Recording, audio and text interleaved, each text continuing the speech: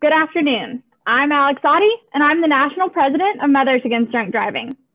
I'm so pleased to be here with you today to discuss an exciting new study showing a reduction in trauma hospitalizations and drunk driving arrests after the introduction of Uber in Houston, Texas.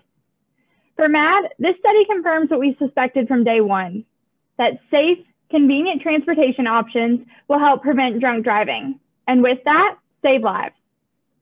With me today is Dr. Christopher Connor, the lead author of this first-of-its-kind study, Association of Rideshare Use with Alcohol-Associated Motor Vehicle Crash Trauma. In a few minutes, you will hear Dr. Connor describe his research and findings. I'm also joined today by Carol Levin, a longtime Houston area MAD volunteer whose son Todd was killed by a drunk driver. Rounding out our panelists are Sergeant Don Egdorf of the Houston Police Department, who is also the Vice Chair of MAD's National Board of Directors, and Kristin Smith, the Head of Global Road Safety Policy for Uber. Thank you all so much for being here with me today. At MAD, it is a tradition for us to start these important discussions with a mission moment to remind us why we are all here. With that, I'm going to turn this over to Carol now to deliver our mission moment. Hello, and thank you so much for the honor of telling my story. And thank you so much for including me today. My story began in 2006 when my son Todd, my youngest son, had just turned 29, and the love of his life, Raylyn, had just turned 30. I lost two of them to a drunk driver. And I'm going to tell you the story. Todd and Raylyn met, and like most couples, they started running together. They decided they loved sports. They had so much in common. They just loved life. Fast forward down the road, Todd had proposed to Raylyn, and they're going to go meet her brother for the approval of Todd because her dad had passed away. It was very important that Raylyn and Todd and her brother meet before they took the next step. So they met at a restaurant at Shepherd and Westheimer on a Wednesday night. And apparently, Todd really made a good impression. Her brother really, really liked him. And they were just so excited. And they were so happy. And they were planning a future of love and hope and just happiness. And just the time of their life was the best it could have been. So they had their dinner. And then Todd was the driver. He was driving Raylyn home, and they were going 33 miles an hour. The speed limit was 35 miles an hour. And this horrific wreck happened at Shepherd and Westheimer. For those of you that didn't know, back then, 15 years ago, there was a creamery there. So the speed limit was 35 miles an hour. It's a very windy, curvy road. I mean, you just couldn't go fast. So Todd had the green light and he proceeded to go. And then this other person went 85 miles an hour and he drove through the car. Todd was killed instantly. He had 2 blows to the skull. His chest was punctured. There was no way that he could survive. Raylyn was mangled. She was so hurt. They tried to get her to Ben Taub, but she died on the way to Ben Taub Hospital. They had no alcohol at all at the restaurant. They were just driving home, enjoying life and trying to plan their future. They didn't do anything wrong. They were just at the wrong place at the wrong time. He would serve 10 years for killing 2 people, which was very hard. And at the end of 5, they were trying to get him out. And I fought, and I fought, and I fought with everyone helping me, especially my husband and my family, my friends and Todd's friends. And yes, he did get 10 years. And how did I feel when he came out? I felt horrible because Todd and Raylyn were in the cemetery and he could have his life back. So later on, I'll talk to you more about something to do with Todd and Raylyn. But for now, that is my story. That is my very sad story. Thank you so very much. Thank you so much, Carol, for sharing Todd and Raylyn's story with us and reminding all of us again why we must do whatever we have to and whatever we can to stop this. Now, it's my honor to introduce Dr. Connor. Hello, everyone. Thank you all so much for this opportunity to speak to you today.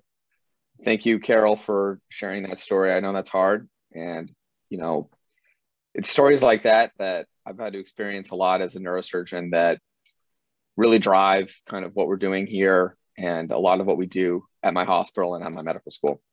So I'm going to be talking to everyone today about some research that we've gone ahead and that we've done on drunk driving.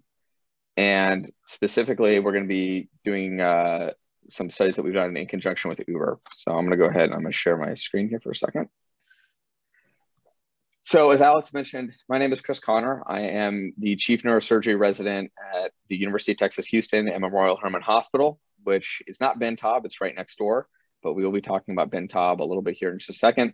And again, I'm going to be talking about the research that we've done looking at the effect of rideshares on motor vehicle collisions. So one of the questions that I get asked pretty frequently is, why am I researching trauma? Why is this something that I'm very interested in? So I'm a neurosurgeon at Memorial Hermann Hospital, and there's a very rich history of trauma and treating traumatic injury victims at our facility. It's really one of the pioneer hospitals in this regard. And this is in large part thanks to the man you see in this picture here. It's a guy named Dr. Red Duke. And Dr. Duke is one of the first real TB doctors from the 1970s. Some of you may know him from that. Others may actually know him from his involvement in treating JFK at Parkland Hospital after JFK was shot. He was actually the first physician who was actually there to see him when he arrived. He was a general surgery resident at that point in time. And he's really responsible for the development of what we call air medical services, what you all might know as Life Flight or emergency helicopter air medical. And that's what's pictured behind him. And Memorial Hermann's Life Flight was one of the first air medical services in the country. And it's one of the reasons why Memorial Hermann Hospital is the busiest trauma hospital on the planet. Because of this helicopter, we get patients from all over the city, and we're able to see patients from up to 100 miles away, even out in the Gulf of Mexico. And the helipad that he's standing on is actually one of the busiest in the world.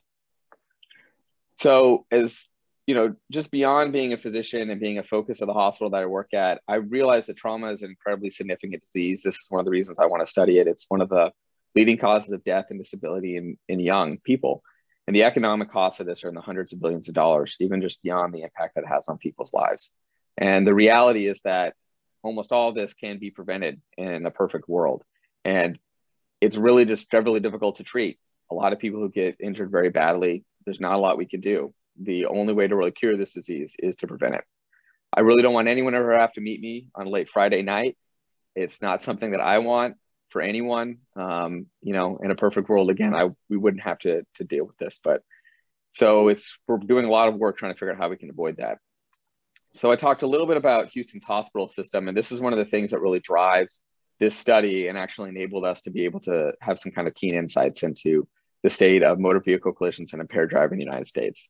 So Memorial Hermann is pictured at the back here of this gigantic complex of buildings. And this is what's known as the Texas Medical Center, which is the largest medical center in the world. To give you scale, the cluster of buildings beyond that is actually Houston's downtown. So the Texas Medical Center is a great proportion of that. It's a really huge area. It's, I think it's about 100 acres.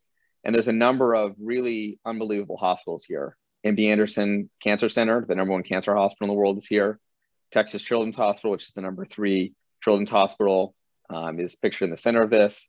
Methodist Hospital is one of the top 5 hospitals in the United States. Texas Heart Institute, where open heart surgery is invented here. And then, like I mentioned, Memorial Hermann Hospital and Ben Taub, 2 of the busiest trauma centers around, are also here. So all these hospitals are located here. And the reason that this is important for our study is that the 2 trauma hospitals in the city of 4 million people, the 4th largest city in the United States, are both located right here in this medical center. So almost all the car accidents that happen in the city of Houston, if someone's injured, they're going to end up at one of those 2 hospitals.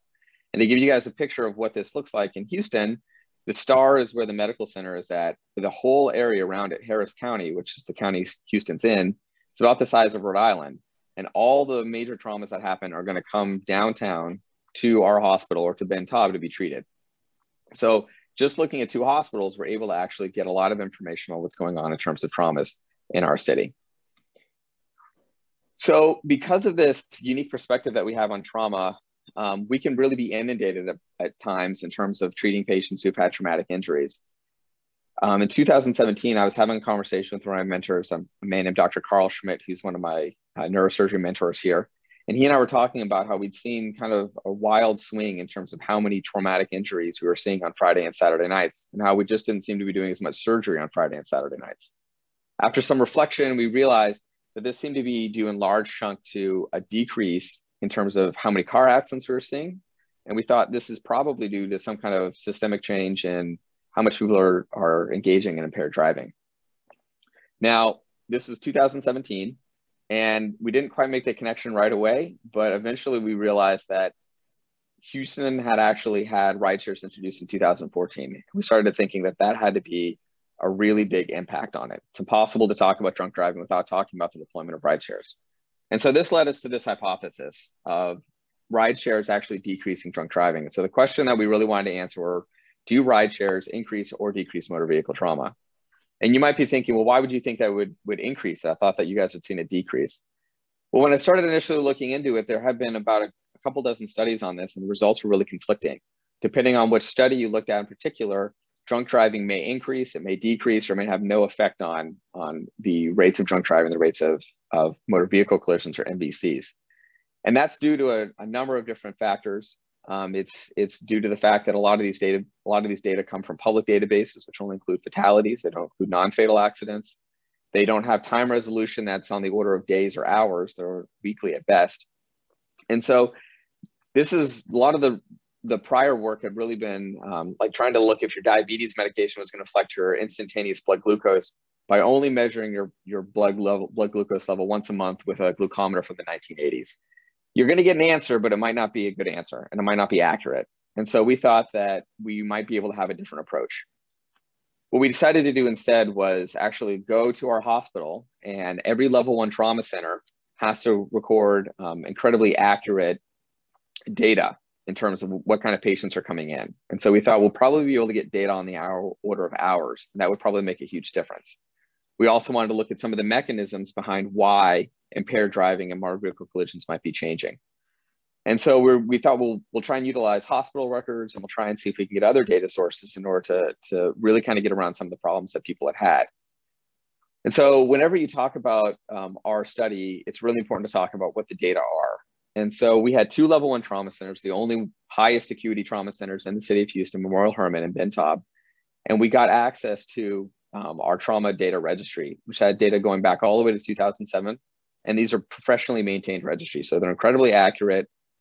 They're very consistent in terms of the quality of the data and the exhaustiveness of the data. And this actually was able to give us information on the number of car accidents happening in Houston down to the minute. Second, I had a very weird discovery while doing this research, and that was that as a doctor, if you ask people things nicely and you seem like you're doing the right thing, they generally try and help you. And so I reached out to the Harris County DA's office, and I asked them for information on drunk driving convictions.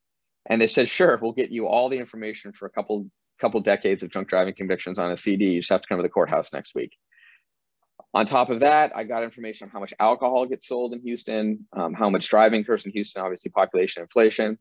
And then I would say the last kind of secret ingredient in this whole thing was that I had a friend in the Bay Area who knew some people at Uber and at Lyft. And so he put me in contact with both of them, and one thing led to another, and we were able to eventually get rideshare data from Uber directly on how many rides they're providing per hour.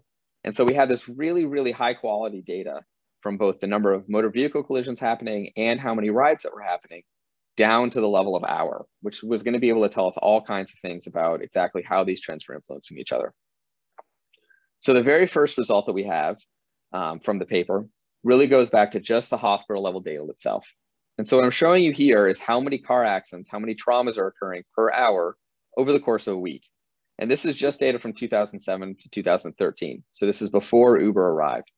And what you can see is that there's a day-night or diurnal pattern for Monday through Thursday, where there's low numbers of accidents really early in the morning around 3 or 4 a.m. It goes up as traffic in Houston increases, and then it goes down again.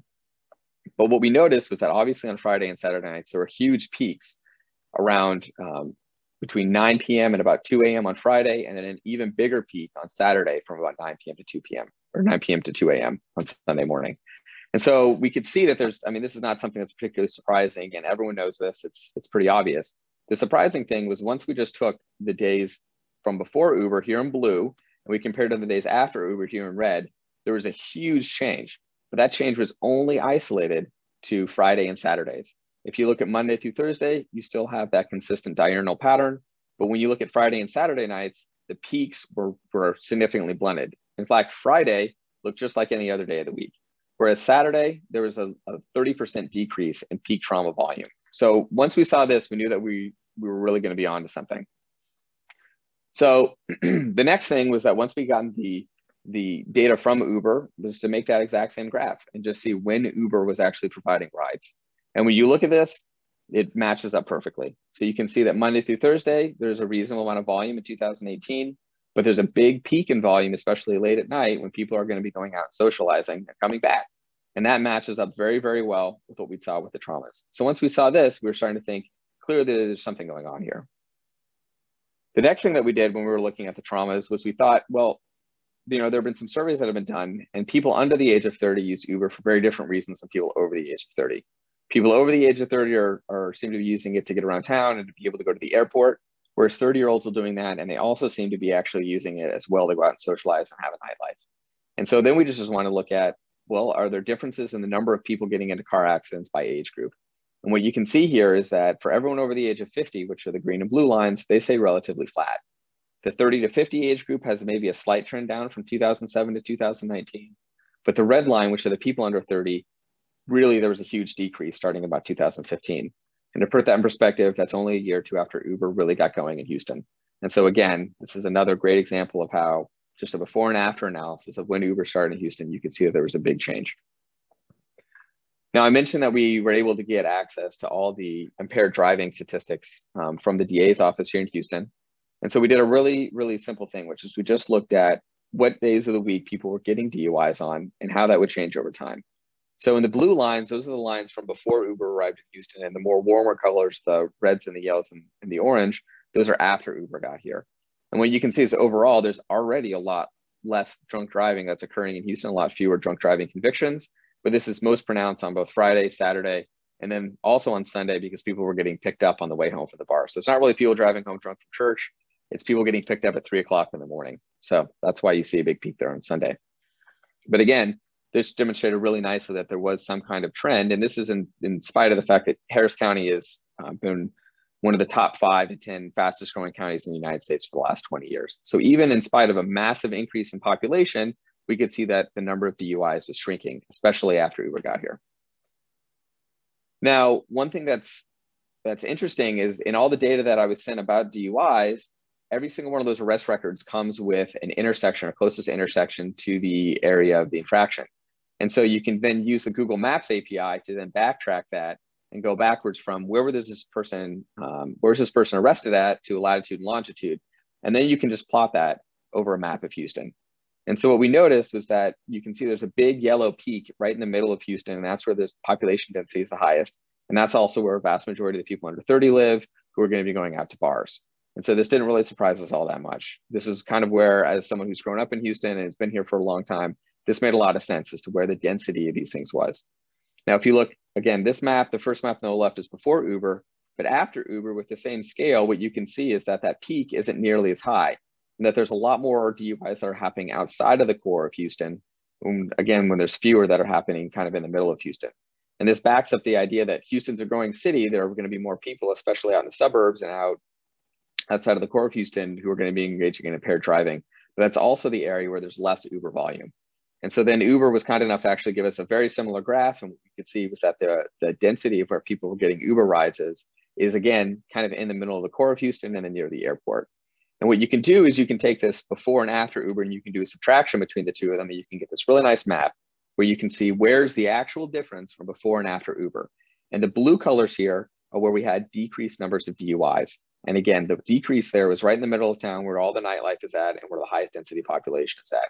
Whereas around the periphery of Houston, where there's much less Uber availability and there's much less Uber demand, that's where you actually see the increase in number of DUIs.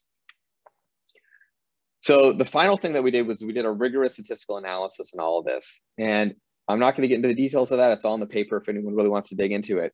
But there's one top line result from this, which is probably the most important result from all the research that we've done. And I've underlined it here. And that is just a simple number. Per 1,000 Uber rides, there was about a third as many traumas per hour. That's the whole result. So every time you add another 1,000 Uber rides to Houston, you have a third as much trauma. And this is a little bit of a slippery concept, for sure. We're going to go into it a little bit. But the rest of the results from this, including things like, the more alcohol you sell, the more people end up getting DUIs, and the more people drive, the more accidents you have, are perfectly predictable.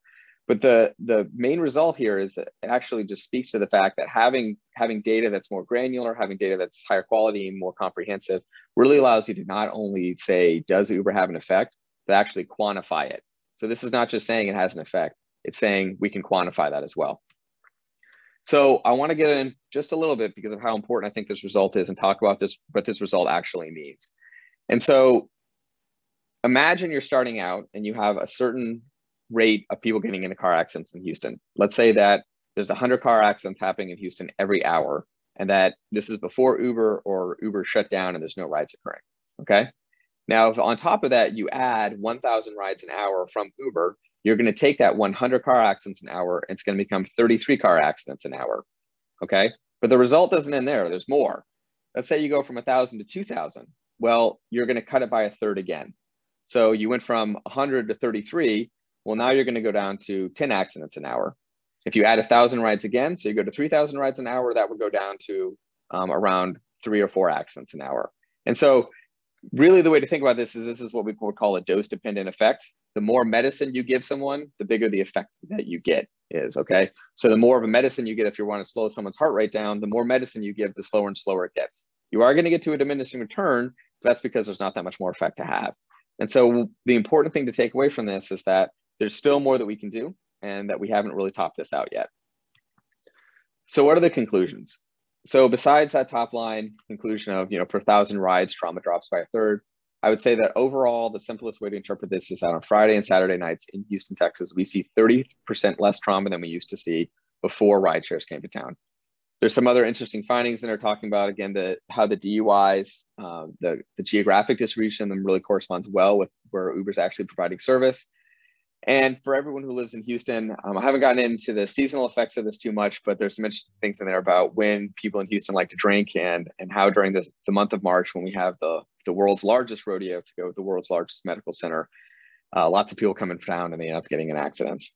If you want to read about all these things, this is the title of the paper. It's freely available online. It's open access, so anyone can go and download it right now.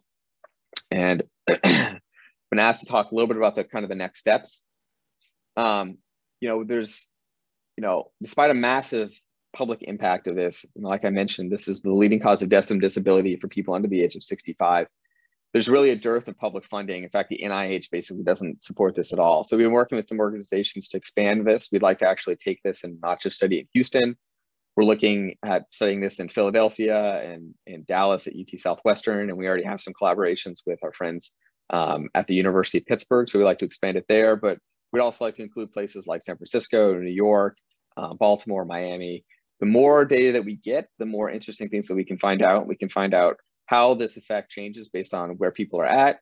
We are also looking into socioeconomic factors to see how this affects different socioeconomic groups. And then we're also going to be looking into, this is something we're already working on, looking at how rideshare services affect auto pedestrian accidents as well. So I have a lot of people to thank for the work. This doesn't occur in a vacuum. Even though I'm the leader of the team, there's a lot of people who really helped me out from this. I'd like to really highlight John Harvin, who's one of our trauma surgeons here. He's a fantastic guy. He's one of the guys who really helped me kind of get this catalyzed. All the people you see listed here, from other attendings to our statistician, Dr. Zhang, just a really great group of people who kind of really came together to get this done. We do have some funding from one of the local traumatic brain injury foundations, a group called Headstrong, who are fantastic, who are helping us kind of take this national, and the Medical Honor Society, Alpha Omega Alpha, has given me money to study this in terms of the socioeconomic factors. So again, thank you everyone for your time, and thank you to Alex and the rest of MAD for the opportunity to speak to you guys today. Thank you so much, Dr. Connor. What I didn't mention in my introduction is that I was run over by a drunk driver about 11 years ago, resulting in life-threatening and lifelong injuries, including a traumatic brain injury and the loss of my leg. It's always been a source of frustration for me that so little of the research out there addresses traumatic injury. So from a very personal perspective, this study is so incredibly exciting. This is fascinating research, and I really hope to see this expand to other cities. I want to go ahead and open this up to our panel. We have a couple questions. These are for you, Dr. Connor. Can you speak to how total alcohol sales is estimated, and is this based on bars, regular alcohol stores, et cetera? So the total alcohol sales, so Texas actually keeps track of all this stuff, and you can actually go to a website called the Texas Open Data Portal, and all alcohol sales, because they're all taxed, they have to report that kind of thing. And then for whatever reason, the Texas state legislature decided to take that data and they decided to make it public.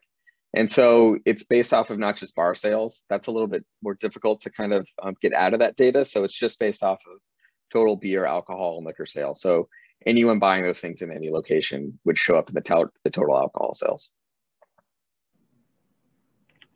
Thank you, Dr. Connor. Dawn, if you're available, we have a couple questions for you. First, does this study reflect what you are seeing or hearing in law enforcement circles? And do you believe that the increase in preliminary data for 2020 is associated with a reduced use of rideshare during the pandemic?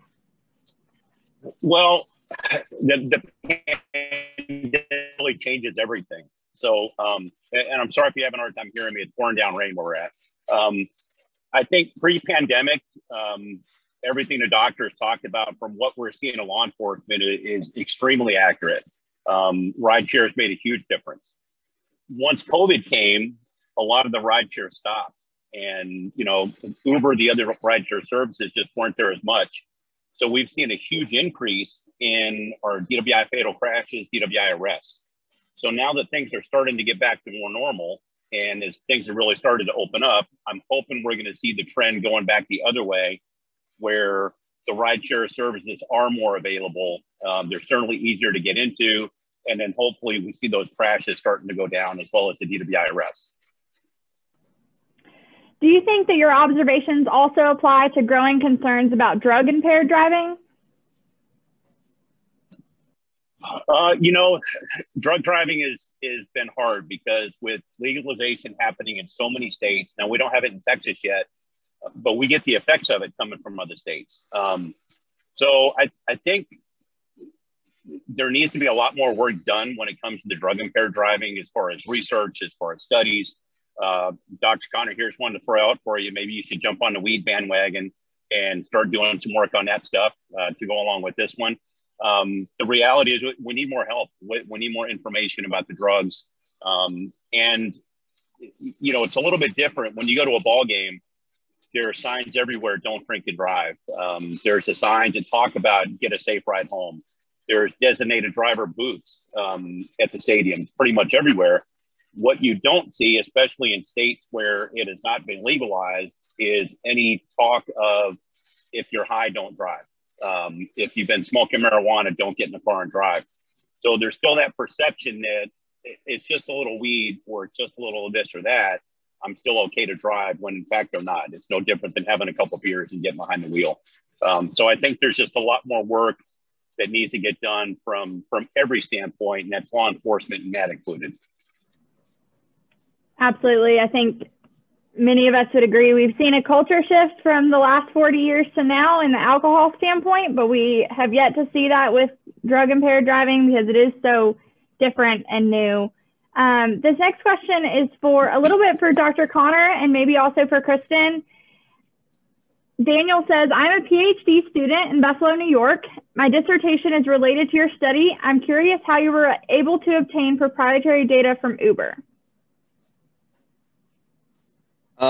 So Dan, what ended up happening was I had through my wife, who is the source of pretty much all of my success, I would say, in my life, I was able to, she actually is a software engineer at Google. And so she had some friends who had some connections at Uber, and kind of one thing led to another. And then I was put in contact with the head of their data analytics team. And then it took about, so I would say 6 months for the lawyers at UT and Uber to reach a data usage agreement. And, you know, I had some of the results initially ahead of time, including kind of that weekly trend. And that was one of the things that I showed to them when I was kind of pitching them on them collaborating. So honestly, it was kind of more dumb luck, but if you'd like to collaborate, just go ahead and send me an email and we can talk about that. Yeah, and I would just add, you know, we see this as being such compelling research, and we know that a lot of this research really came about from having that granular data. So if you're interested in learning more about that, happy to be your point person and connect you with the right folks at Uber. Dr. Connor, I'm not sure if this question is directly related to your research or more observational for Dawn, but I'll go ahead and ask you first. Are the number of actual crashes down or the crash rate? The number of actual total MVCs that we've seen in Houston has gone down. So the overall absolute number has gone down, certainly. And that's in face of the amount of trauma happening in Houston going up. And so in the paper, we talk about the population increase, I want to say in Houston was over like 20% over this period of time. And the amount of trauma we saw at our hospitals also went up by about the same amount. And that was in the face of the number of car crashes decreasing significantly. My next question is for Kristin. I'm sure Uber, just like MAD, believed anecdotally that rideshare would have an impact on reducing impaired driving. But what do you take away from these findings? Now we have data to prove it.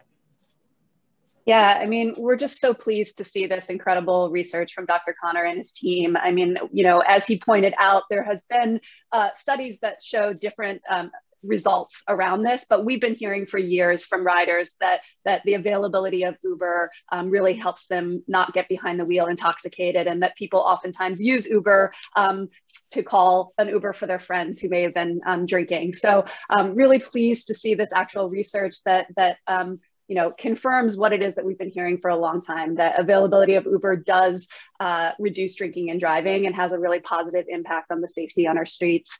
And I would just say, you know, in particular, I can't reiterate enough that point that Dr. Connor said about that every 1,000 rides, the motor vehicle collisions decrease by 1/3, and they continue to with the availability of rides. I mean, that's just such an impactful stat, and it's something that we're really going to be taking as we talk about Uber's role in reducing drunk driving. Thank you, Kristin. Carol, I just want to get your thoughts. I know that the perspective is different when you live with it rather than just looking at it as data. So how do you feel about these findings? I'm absolutely delighted. I'm very hopeful. I'm so appreciative of Dr. Connor's work. I think this is very needed and has been for a long time. You hear a lot about Uber, but we didn't have statistics then. And obviously we do now. So please continue your wonderful work and saving lives. Thank you, Carol. Dr. Connor, we have another question for you, asking if the reduction in drunk driving crashes and injuries, does this control for the aggregate number of miles traveled? Yeah, that's a great question. And so that kind of gets into a little more of the underpinnings for how we did the actual statistics themselves. And so we controlled for a number of things in there. And I'll just point you to the paper to kind of really go through all of it, but we controlled for alcohol sales, population growth. We took the alcohol sales and we actually adjusted them for inflation, for vehicle miles traveled. The Texas Department of Transportation actually releases these statistics in terms of total vehicle miles traveled every year by county. And so just downloaded that sheet. It's freely available to anyone, and then you can pull that into your actual regression. And so if you actually look at how we set the regression up, it does account for VMT. VMT is very important to account for when you're talking about the total number of car crashes, and it was a significant regressor. But despite accounting for all of those things, we still were able to see a significant effect of Uber. Great question. Thank you, Dr. Connor. I don't see any more questions from the attendees. If you do have a question that you didn't get to ask today, please feel free to reach out to me or anyone at MAD, and we will make sure that we make that connection and get your question answered. Thank you everyone for joining us today to discuss this groundbreaking research. Drunk driving remains the biggest killer on America's roads. And as we mentioned, we recently learned that 2020 was likely the worst year for drunk driving deaths since 2008. So it's really all of our responsibility to always plan ahead every single time plans include alcohol. If you drink, don't drive. No excuses and no exceptions. It's going to take all of us to stop these tragedies. Thank you so much to our panel and to all of you for being a part of the solution.